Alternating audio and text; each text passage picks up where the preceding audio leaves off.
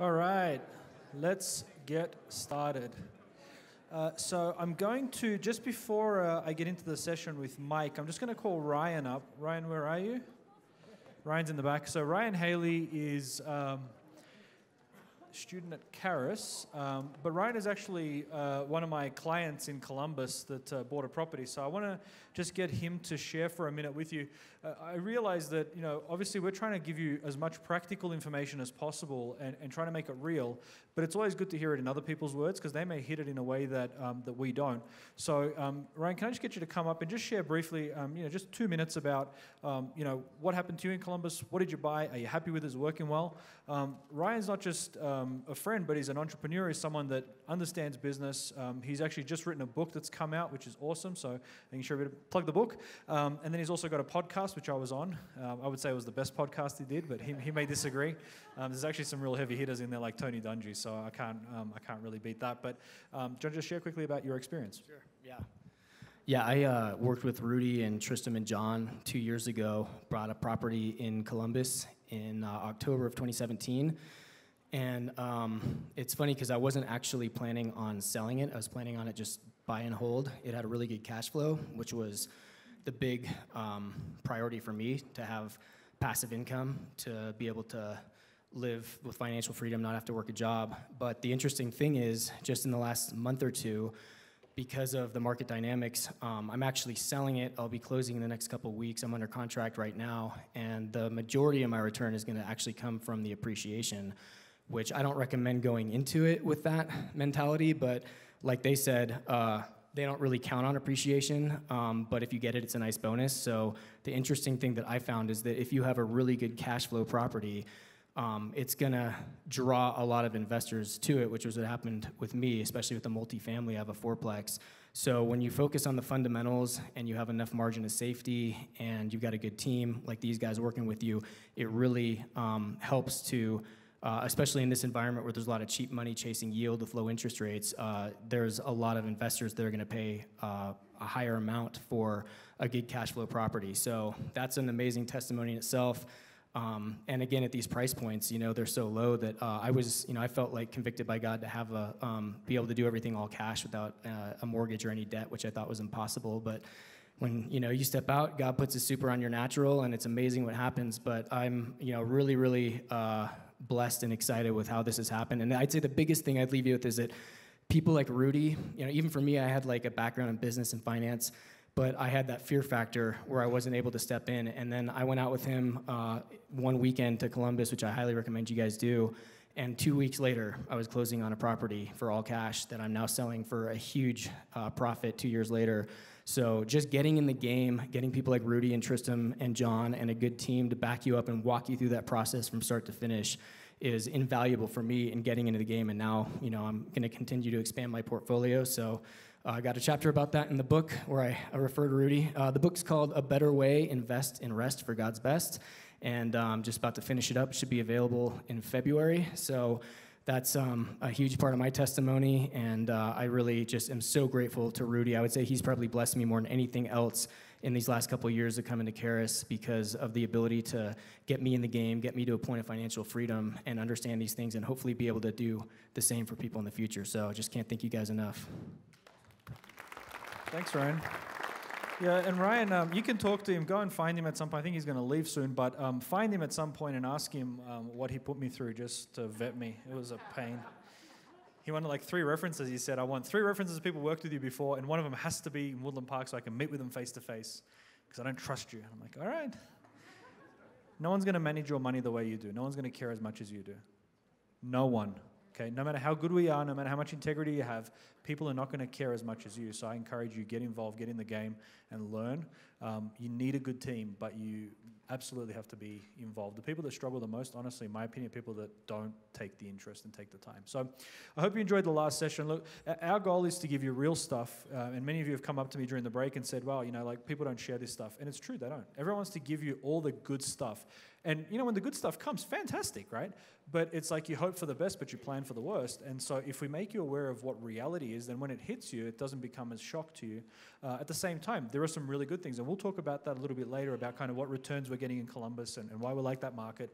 And then I'm going to ask a couple of people, I didn't tell you guys earlier, but I might get you guys to share just briefly, again, just 1 or 2 minutes, just give people a perspective of what you saw in Columbus. Because, again, it's, I'm maybe biased, but you guys are a bit fresh. So, but the next session, I think, is a session that a lot of people were really excited about. And I personally, I really want to hear it as well. So Mike Kenny, come on up, Mike. So look, Mike is one of those people that, you might say, okay, he's a realtor or broker or whatever, but Mike is a businessman, and he's someone that understands a lot of this stuff better than most. And I like Mike, and that's why he's here. And I know that might sound funny, but there's a lot of people I like that I wouldn't have up here talking to, because there's a trust factor. When you bring people in, you bring them in because of relationship, but I don't want to put someone in front of you that is going to be about them.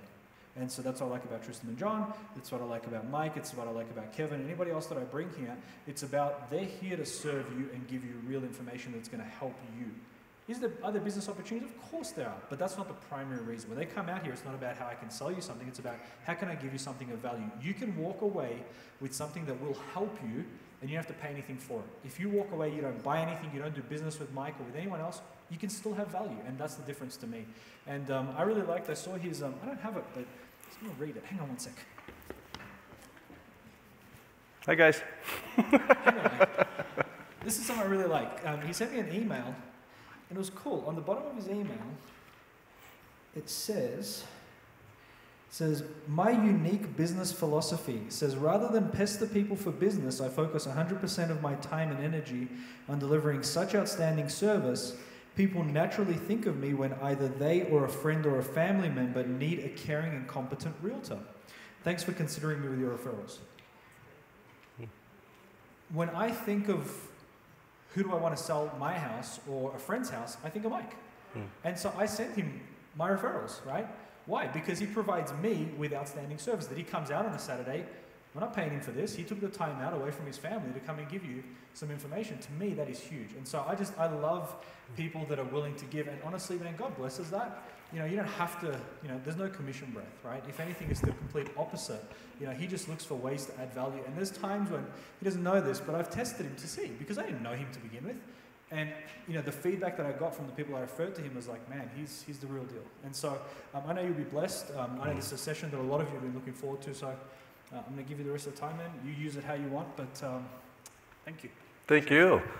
Really appreciate it, Rudy. Everybody give Rudy a hand. Thank you for all his putting this together for all of us.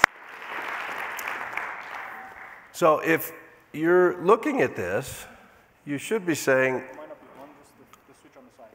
The switch on the side. Oh, got it. Thank you. If you're looking at this and you say, oh, there you go. Anybody who tells you there's a forecast with guarantees, you ought to be really, really skeptical right away. If you weren't skeptical, be skeptical. Okay? The guarantee I want to give you here right away is that Jesus loves you. My daughter, last night we're sitting at dinner. She's one of my daughters. I've got 3 daughters and a son, and my second daughter says, Dad, you need to tell 100 people tomorrow that Jesus loves them. I said, okay, I'll do that. She didn't know I was talking to all of you. So I got it off really easy this time, so you tell her. And the second guarantee is, unless he returns, first, you're going to die. Your body's going to die. Let's leave it at that. So those are 2 guarantees that I'm going to give you for the day in regards to the forecast. When Rudy says, could you tell me exactly what's going to happen in the market in the next year or 2? The answer is no, I cannot tell you exactly.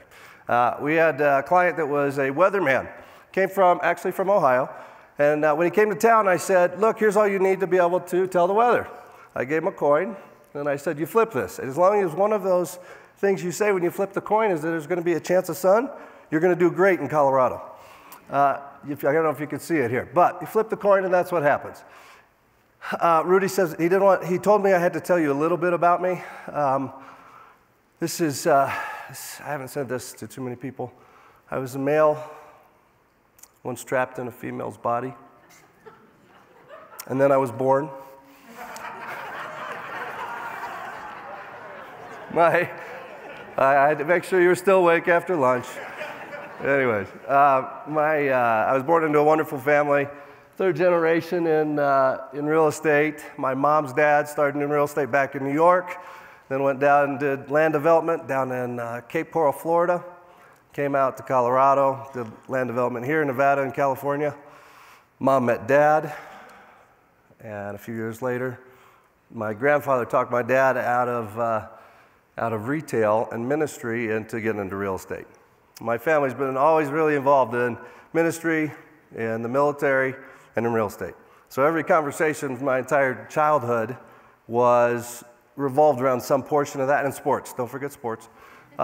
Really enjoyed sports. I was blessed to go play football at a small Christian college out in Indiana, studied business. I went off to college and said, I'm not going to do real estate. 3 generations of it, that's all I know. I have a desire to go and study international business, to go to places that aren't open to the gospel, to be able to go in as a business person and do it. Well, real early in my freshman year of college, God said, hey, knucklehead, if you understand he who owns the land makes the rules, there's no place you can't go. And so I submitted myself somewhat sheepishly to all the family members that I'd said, no, I'm not going to do that. I'm going to go conquer the world and do these other things. And submit myself to learn and go back and study. So 19 years ago, I got my real estate license. It was by correspondence at that time. Everything's online now, which is great. At that time, you had to, when I was playing football and pursuing my wife, that's a better way to say it than chasing girls, but pursuing my wife, we were doing correspondence courses in real estate. They'd send you the book. You guys are all here for school. They'd send you the book. You'd have to read the book, and then you had to send them the book back. And then they send you the test, and you had to send the test back, and then they give you the next book. And anyways, that was it while I was playing football and doing these other things. It was a wonderful experience. Came back when I was, instead of doing landscaping and construction, which I had done all through high school. I appreciate John and his work very much. I remodeled a lot of houses because of the family's business and real estate and property management and everything else. By the time I was 18, I'd had 3 different businesses, and it was a lot of fun. A lot of people, a lot of my buddies working with me at the time. And anyways, started doing real estate. Came back after studying and said, God, what do you want me to do? And he gave me a real profound calling. That calling was grow, steward, and win. What's that? Can you see it? Oh, I'm going to get through it today.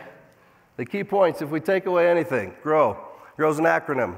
What's the goal? What's the realities? What are the options? And then who, what, when, and where. Okay? We're going to spend most of our next little bit together going over those top 2, the goals and the reality. When you're all here, we talked about how many people were here I didn't get to see. I was looking forward. How many people here are looking to buy their first home? Okay? Good handful of you. Great. How many of you here are looking to buy your first investment property? All right, good. The majority of you in there? Everybody else looking? I'll ask about the funny group in a second. I didn't know about that option, but how many are looking to do multiple things? I just talked to a nice gentleman that's, how do I diversify this and switch that? We've got a few of these guys.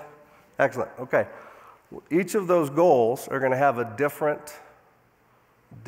options there after we identify what the realities of your situation are, what those options are, and then you come up with a game plan on what to do. So I'm not going to tell you all those what to do things right this minute, but we're going to identify what are those goals, what are the realities, and how do we get through that.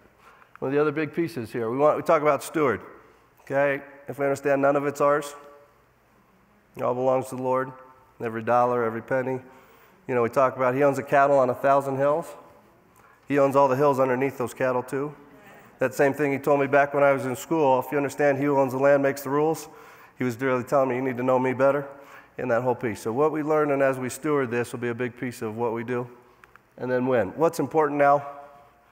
Is I like acronyms, sports. You had to get stuff through to those thick-headed athletes, and so they had to keep it simple. In that, what's important now? We're going to talk about that at the end of this. Rudy is giving you some great things. He's going to talk about that. Tristan and John did a great job with that. What are those things that you can be doing right now to take steps, just like we heard the testimony of somebody who got it, jumped in, removed the fear, took action, saw results. Okay? All right, we talked through those goal pieces here. We identified who was doing those things. The realities right now. The realities are there are more people being born every single day. If there's more people being born every single day, they've got to have a place to live. The realities are, is there any more dirt?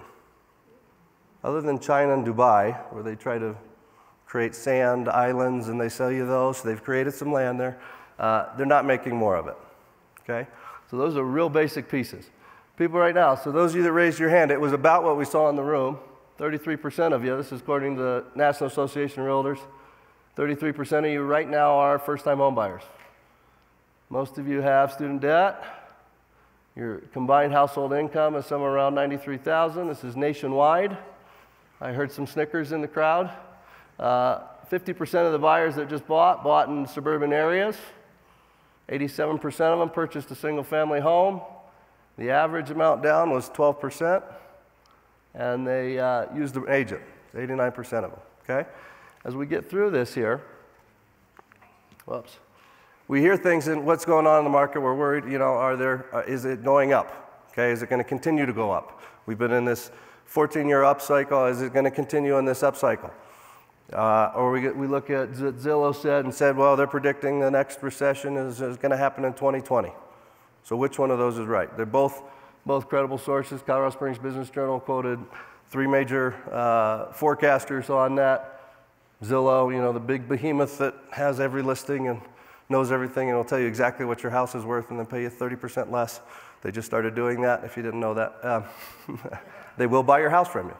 It's amazing what happened on those values. They actually started dropping your values since they started buying. So it's amazing if you watch that play out. But this prediction, I'll go back, there you go. This prediction by them may show some bias. I'm going to show you what Zillow said, though. We're just going to use their info and talk about it. Here's what Zillow said for Woodland Park. We just ran it up there. I don't know if you can see this stuff well enough. This is the median price of homes in Woodland Park. It went up, according to them, in a year, 2.4%. They're projecting it to go up 3%, saying it's a very hot market. Well, they just claimed it was going to be a recession. If you look at their line there, what's happening? So here's a big picture overview. See, 2012, the median home price was right around $200,000.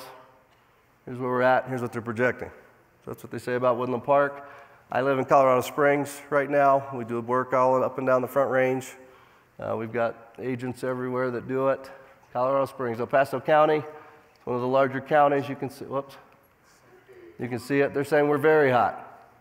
This is what they claim our median home price is, $302,000. Okay, I can tell you that that's not an accurate number, but that's what they claimed. We went up 6.8% according to their stats, and 4% one-year forecast. I don't know if there's a way to get that more zoomed in. I know it's hard to read it back there. I'm having a hard time reading it up here, so sorry. I'll just point out the highlights to you since you can't probably see them. All right, here's their predictions. So if we go back to those guys, you're saying, why is one saying it's, they're telling you it's going to be a recession, but they're projecting it to go up? You're looking at somebody else here. This is the National Association of Realtors, pulling stuff from all the local databases here. It's showing Teller County. You can't read any of this, so it's totally worthless other than seeing pretty lines going up. So sorry, it's too small to read. I'm happy you get a copy of these slides and you can zoom in and dissect, and we can talk through all those in much more detail. Big picture-wise, the values are going up. Why do values go up in general? What was that I heard over there? Inflation's one reason, yeah. Interest rates are down. Those are parts of it. Demand, there you go. Demand is a big piece. People pay more for something if they want it more. If I had 2 chairs up here and I had 4 of you up here and I said, we're going to go for the next 8 hours, those 2 chairs would become very valuable. Somebody will really want to sit down in the next 8 hours. What you pay for it, what you're willing to do for that may change, okay? So supply and demand is a big piece of this. If we understand that, no matter what's going on, we can understand what we're looking at moving forward, okay? So wherever you're looking at, in Columbus, we could get a whole big analysis of how many more homes were built, how many more people moved there, what was the biggest cause in that change in price besides just these guys doing a great job of fixing them up real pretty. Why are people coming to town? Okay, a couple of the other pieces here. I was very blessed with having a client very early on that said they made a lot of money in real estate. He would have been like Rudy or Billy or these guys, some of the other guys I know in the room here. Made a lot of money in real estate. When I was probably my second or third year in real estate. And I said to him, "What's the secret?" He said, "Do you really want to know?" I said, "Yes." I took out my pad and paper and I was very attentive. He said, "The secret in real estate is to never have to buy and never have to sell." He said, if you understand that, it's not that you don't buy, it's not that you don't sell, it's that you never have to do either. If you understand you never have to do either, you will always make money in real estate. Okay? What makes you have to sell? What's that? You're out of money? Need to sell to get money? Yeah, that's an option. Okay? What's another thing that may make you have to sell? Job relocation, yep. May make you have to. Do you have to sell? Okay. If you're out of money, do you have to sell? What's that? Maybe. Maybe that's an option. I'm setting you guys up here a little bit here. Never have to buy or have to sell. One of the only things that makes you have to sell. Money is a big piece of that. I'm not downplaying that comment. That's true. But if you have to sell, maybe you bought at the last peak of the market, 2006, and you used a balloon payment mortgage. You had a mortgage that was going to be due. You had to pay it off in 2 years. You bought it speculating it was going to go up no matter what, and you bought using your crazy lender that was offering you this deal. It was really low interest rate, but it was all due back to them within 24 months. Okay? Well, 2008 hits, the market crashes, your house isn't worth it anymore, and you have to get out of it. So you either got to find somebody else who's crazy enough to lend you more than the house is worth, or you have to sell it. And that's when you saw the big foreclosures. Tristan and I were talking, and that's when she got into real estate, was during that last downturn there. That was one of her big opportunities to jump in. As a fabulous time actually to get into real estate. Right now, if you're just getting into real estate as an agent, it's nice that you're getting such an easy market. It's bad in that you're not developing all the real muscle memory that it takes to actually know what happens in a market, how do you get going, what do you have to do to figure those things out. It's just easy. There's a house, I got a buyer, I put a sign in the yard that says house for sale, coming soon even, and you've got 3 people in a hot market waiting to make offers before you've even told the rest of the world about the house. Okay, I mean, Denver at one point, when we were listing a house in Denver, just even last year, we would sit down with somebody and say, what time do you want to sell? Not what day, what time. So it would be at noon on Saturday. All offers are due at noon on Saturday, when we would have somewhere, depending on the price point, you'd have up to 15 offers on the same house. Okay. That piece of it, of understanding the timing and situation, not having to sell is a big piece. Not having to buy. When do you have to buy something? Any ideas? Desperate. Okay. That could be. Tax considerations. Yeah, that's a great answer. School starting. Got to buy. School starting. They won't let you in school if you don't have an address. No, that's a true statement. If you don't have an address, depends on what school you're talking about. Probably not Charis, but if your kids need to be in a certain school. And in Colorado, that's not necessarily the case with our open schooling policies and options. Here's what's going on in real estate. This is proving this client of mine's point. Can you guys all see that? Okay, January 1994. Number of homes sold in El Paso County was 582. The average home price was just under $97,000. That was up 9.2% from the year before. This is October this year. Number of homes sold. Average home price, $335,000 was the average home price. That was up 9.8% from the year before. So big picture-wise, in that time frame, there were 2 downturns in the local market. 2 downturns in it. Big picture-wise, if you didn't have to buy and you didn't have to sell in either of those downturns, how'd you do? It's not too bad. Where's our gentleman here that was back here? It was Ryan. He did all right. So if you didn't have to, doesn't mean you don't buy, doesn't mean you don't sell. Okay, there's opportunities. Tristan gave some good examples. That was a fabulous example of, hey, it makes sense, let's sell right now. Okay, that's a piece of it. But big picture-wise, if you can understand that the market is going to continue to move. People are continuing to be born. It wasn't able to intersect in my PowerPoint. But I was going to show you there's a world population clock. It'll show you how many people are being born and dying every second. Ballpark, I mean, it's quite accurate. It's just over 7.7 billion people right now, okay? With it going up, multiple people per second. If we understand that's the rate of growth, those people have to live somewhere, okay? Markets come and go, okay? There's certain parts of the world you have to sell, okay? If you live in certain parts of the world, you don't own the dirt,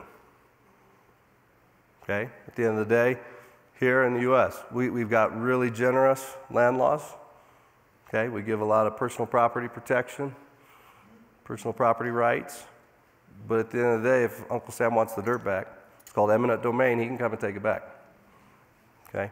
So there's a big piece of understanding those rules. As we vote and what we do with that makes a big difference, so paying attention to what's going on in the market and the political environment, what's going on with interest rates, those things make a big difference. Talking about interest rates. And let's see, how many people already own a home or have owned a home? How many owned a home 25 years ago, back when I had that slide up? 1994, okay? Remember what the interest rates were? I shouldn't have showed you the little chart to let you cheat, but ballpark? 7%? Okay? There, back in 94, somewhere right around 7 was correct. In the 80s, it was 16%. Right now, you heard a 3.5% one. We just locked somebody at 3.25 on something yesterday. 3.25 on a 30-year fixed loan. Absolutely crazy. Okay? We're never going to see money that's cheap again. Well, the question is that setting us up for a new recession. Is the market going to burst? What's going to happen? Are they giving away money too easily? The reality of that, in my opinion, is that they've put some restrictions in there to help do that. Anytime you see somebody come and says, no credit scores, no income verification, those are the kind of loans that you got to be very worried about. Those are the predatory type loans. They get you in a situation where you may have to sell no matter what, okay? When you're buying a property, if you're buying it to flip it, if you're buying to hold it, whatever the case is, if you don't know what your goal is, and these guys gave great examples. We bought these to hold them, but somebody came and knocked on the door and said, I want to buy it, okay? That's great. If they had bought it to flip them and they had to pay it all off in 12 months and they decided they wanted to sell it, they wanted to rent it, they would have to figure out financing and would that work or would it not. In a good market, that makes sense. If that was somewhere else over here, those cash flow numbers may not have worked. So even in down markets, when you don't have to buy, when you don't have to sell, you can survive. So we talked about cash there. If you run out of money, somebody still needs to live in a house. We're full-service brokers. The reason we do that is somebody's got to live there. So they talked about property management. You heard about fun woes of roaches and things. I'm still kind of crawling from that story. But understanding that there are ways to take care of it. Colorado Springs is a major military town. We've got 5 military installations there. Guys get orders. They have to move all the time. Come and go every 2 years regularly. They're having to go. Market conditions, 2006, they bought. 2008, they had to move. So the relocation, we heard of job relocation. We talked a lot of people out of selling because they would have lost money if they sold. those same people became investors without knowing it, landlords, by just making the choice. Even if they had to subsidize their rent for some period of time, maybe they couldn't afford their $1,600 a month mortgage by themselves, and they would get $1,400 a month in rent, but they could afford $200 a month. They kept the property, and a few years later, whoops, I missed it. A few years later, that all those losses had recovered. Their houses went up in value. So big picture-wise, is it a good time to buy? The question is it a good time to buy? If it's a good time to buy, how do you know? It's relative to your goals, one piece of it. The rest of it is, are more people being born every day? Is the demand going to continue to go up for people living here? Okay? The answer is yes. Colorado, I'm going to show you for fun here at Real Estate Demand. El Paso County population. This last year, population growth 1.76. Sorry you can't read it real well. If you go all the way back to when my family came to Colorado in the 60s, they had a 92% growth rate. You can see that we've never, even in downturns, had a loss of people in El Paso County. That's in Colorado Springs. There was in Woodland Park and Teller County, they did have a slight downturn back in 2012. Okay, it was one of the first times. They had it again in Teller County back when the gold rush went bust. It was a few years back, but that was quite some time ago to figure it out when that didn't work out for them. So knowing that right now, they anticipate Woodland Park's growth right now, population growth, to be 2.5%. It doesn't count those of you that don't claim residence here. So those of you that are students that come in and go and add to the economy, rent places, go home, they're not counting that population growth unless you claim a residence here. I was talking to a gentleman whose residence is in Arizona. He's claiming that for very intelligent reasons, for tax purposes. There's benefits to doing that. I'm not a tax advisor or CPA. If you need them, we've got good ones. But there's a great strategy in that. You guys probably can't see anything over there, can you? Uh-oh. Sorry about that. You all right? Okay, hey, all right. That's the best reaction all day. Should I move it somewhere else? I didn't know. Okay, anywhere you want it to go. All right, this right here, this is the supply and demand intersections here. You can see 2009, we had a downturn. Sales price was here. Our active listings, this is volume, supply of houses here. When those numbers cross is where we get to where we're at right now. Anytime they're running parallel to each other, it's healthy. You start seeing these gaps in them. We've got a demand issue here. So I'm not a demand issue, a supply issue. Right now, the reason prices go up so fast is that same illustration of the two chairs. Okay, if all of you had to stand for 8 hours, and there's only two chairs, those chairs, the price of those chairs just went up a whole lot more. Okay? If there's all these chairs and there's just me, I'm not paying a whole lot for that chair. So, okay? It's a basic piece of that. I don't want to bore you with simple things, but I have to keep it simple for myself, and that really is the key when you're looking at a forecast. What's happening? What is the supply? What's the demand to make that happen? This is showing the permits that are pulled. You can see that, you probably can't see it. I say that, you can't see it. Number of permits have gone up each year on there. So you're going to have to look at this nice PowerPoint when Rudy sends it to you. You'll be able to analyze all those data points. Points are people are still continuing to build. That's new construction. They're adding new homes. So they're trying to take care of the supply issue, but they can't keep up with it at this point as demand continues. Big projection. There's no sign of it slowing in the Colorado market anytime soon. National projection, there's a famous economist that realtors look at, Mr. Yoon, and his projections vary from time to time. But for 2020, his projection is that we're going to see a 3.4% growth across the nation. So if that helps anybody in that regard. Rudy had told me I had about 40 minutes to talk here. The options piece of this, what's out there. These guys have talked about some fabulous options. Rudy's going to talk about more. Your goals are, I want to buy my first house. Your goals are, I want to buy my first investment property. Your goals are, I want to buy multiple properties. I want to diversify. The other one was what? You just wanted to come because you had nothing else to do. Hopefully you're having fun. Okay, it's warm in here. Anyways, the phone's up. If you want to talk afterwards, I'm happy to do it. I'll leave some cards. We can talk about what other options are specific to your situation, specific to Colorado. We can help in that. But there's great, obviously, resources around the country.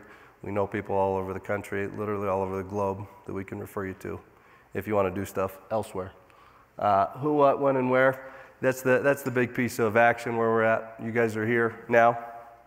You're right here with the opportunity to take action, do some things, figure out are we going to actually do it. But the only one that's going to do it is you. You know, one of those statements we used to have was, if it's going to be, it's up to me. The reality of that is it's really up to the Lord. But you have to submit yourself to it, and he can't steer a parked car. Okay? You got to move. So those pieces of it there. That stewardship piece, we talked about it. Just a little reminder, everything's the Lord's. You guys have that opportunity. And right now, what's important now? Whatever you do it enthusiastically as something done for the Lord and not for men, knowing that you will receive the reward of an inheritance from the Lord.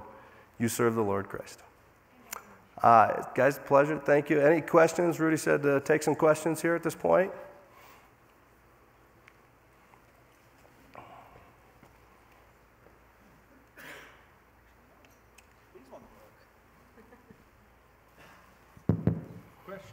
Questions. Any questions? We're going to do Q&A afterwards as well, but I thought, I know a lot of you want to maybe buy in the next little while, and so it's a good opportunity to ask Mike what he thinks. And then if he's wrong, you can blame him. Just a quick question regarding this huge disparity I see between the El Paso market and Teller County market in terms of the amount of land and how many people are spread out and the concentration and the density of population. Is there any city road improvement? Me personally, I'm looking at just here as a visitor on a Friday afternoon, just looking at what traffic's like and how this infrastructure here is. The need seems like it, this inventory is very low here. But how are these people going to drive around this city? I'm not on the city council. I just try to get some insights into what the future for Teller County looks like. Sure. Yeah, no, great question. You guys all are aware there's some beautiful, and I'm not taking that question lightly. It's a real question. There's some beautiful rocks out here that kind of, in some ways, do put some prohibitive measures on where those roads go. So there is some piece of that. I do know Woodland Park is actively working on some of those pieces. There's a election coming up for a county commissioner that is trying to address those issues at a better level because they've been frustrated with the way they've been dealt with. So I would tell you that the more people that do come and money that shows up, it's there. That does make a difference on how that works out. But there are plans for it. At the end of the day, there's still the realities of you got to get dollars to pay for it on it.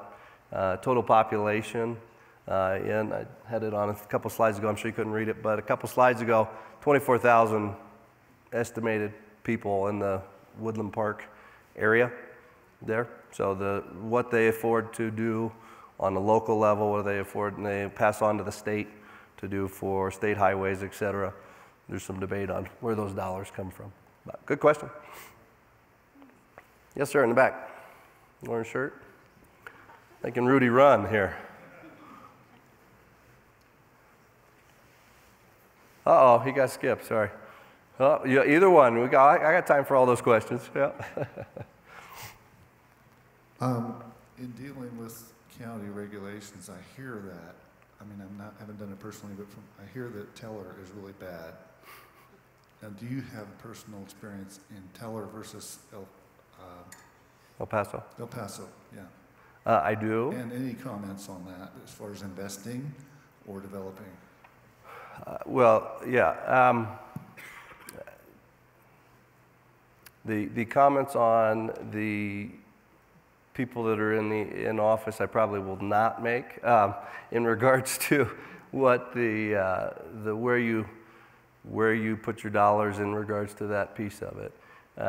I will tell you that each town has gone through, or each county has gone through different growth, pro-growth stages and anti-growth stages. So we've seen that across the board. About 10 years ago, 12 years ago, El Paso County, specifically Colorado Springs, saw a major shift when they changed up their mayor structure and their city council structure, and they became very pro-growth. As beautiful as the place is, even with the population growth, Southwest Airlines wanted to make their hub Colorado Springs Airport, and the city council couldn't figure out how to let them build a terminal out there about 20 years ago. So that was the piece of it. The current one is doing all they can to do it. They're in El Paso County.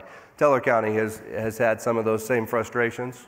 There are some people like that, you know, you'd classify the size of the Woodland Park area as a bedroom community, if you will. Castle Rock would be similar in that, in a nearby area. In that mentality, there's a challenge of, I don't want to see big roads running through my quiet, quaint little town. So there's that piece of it. As you get to those edges of town, still inside the county, you see a lot more flexibility in growth. And as you're talking to different pieces, we could talk real specifics later if you'd like on, hey, this piece of dirt versus that piece. You heard about this street's good, this street's not. The same is literally true here. One side of Highway 24 versus the other side is going to be a lot more pro-growth than the other side. So, good question. Yes? Yeah, thank you. This kind of dovetails on both of what's preceded here. It was a question about town and county planning boards and how to access those kinds of information. How to access it? Yes, sir. Yeah, each of them. Teller County has its own website. I think it's tellercounty.gov. Maybe tellercounty.co.gov. But they have a posting of those things. If you're interested, I recommend attending any of the city hall, city council meetings that are open. Get there, make sure your voice is heard. And as I tell anybody, if you have a problem with the people there, you need to vote. So if you're in them, you got to get in there and vote. So no matter what the side of it is, where you sit on any aisle, we do have the power to do that in our hands. So yeah, El Paso County, it's elpasocounty.co.gov as well. Good question. Any other questions? We've got time to move for one more. And again, we are going to have like a full hour of Q&A afterwards, but I thought this might be pertinent just for the mic session, because we'll have Mike. So give him a special Q&A just for him. What a guy. Can you speak to the value of picking up houses, for instance, property for taxes, and what the problems would be there? In picking them up just for taxes? Well, no, I mean paying the taxes to purchase the property. I think he's talking about tax liens. Tax liens. I'm sorry. I said I don't like to buy houses just to pay taxes. I'm sorry. No, I'm just kidding. For tax liens, what are the problems with tax liens in buying them? I don't know how familiar we can get into lien positions and structure on that. Those tax liens do have the ability to be a superior lien on things. So it's a great opportunity if you can come in and do it. Typically, not always, but typically the mortgage holder is going to make sure, the first lien holder, second lien holder is going to make sure that's not a viable option. It's not impossible, but typically that's one that is there. So, yeah. I think just to kind of, because you wouldn't be familiar with this, I think part of the genesis of that question is, so Dan Dyer, for you guys that are in school, Dan talks a lot about tax liens. The thing with tax liens is he predominantly talks about Indianapolis, and the places where he buys, the houses are, you know, $10,000, $20,000, $30,000, okay? So because they're so cheap, some people may not go and pick up the house and he will get a good return.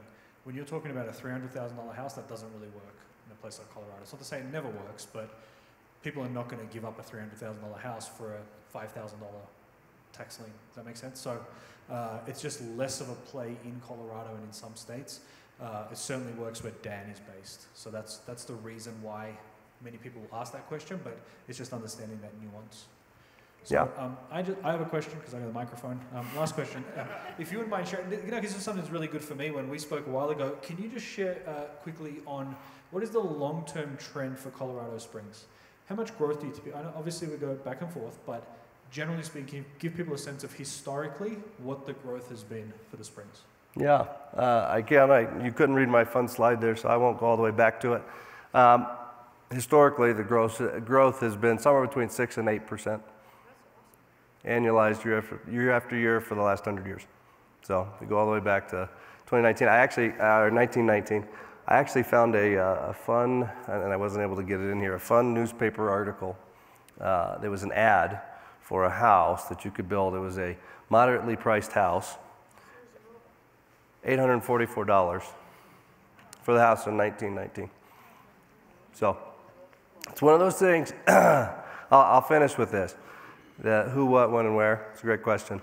The best time, the Chinese have a proverb, the best time to plant a tree was 20 years ago. The second best time is today. So right now is the opportunity to take that. Thanks, Rudy. I don't have any other questions before we go? Excellent. Thank you, guys. Thank you, Mike. Hope you guys enjoyed that. And look, Mike is the sort of person who respectfully ask him questions, right? Be mindful of his time. You know, he's, like I said, he's not just a realtor, he's a business owner, but man, he knows this stuff, and he's someone that I trust that will give you real advice. And again, just in the spirit of transparency, just understand that there's things that he can say in person that he can't say on video. And so just go and talk to him. I'm not a realtor. I don't care about the politics in this town, so I'll just tell you what I think. So you can come and ask me, and I'll tell you on stage. But you know, there's just certain things that you just can't say. Okay, so just understand that. But please feel free to go and ask him. So I've got the next session, and so what we might do is just take a really quick break for those of you that may need a break, and then let's just try and come right back because we've got 2 more sessions. And if we can take the break now, then we don't have to break for the next 2 sessions, and we can get through that. Is that okay? Is everyone doing good? All right. Thank you, guys.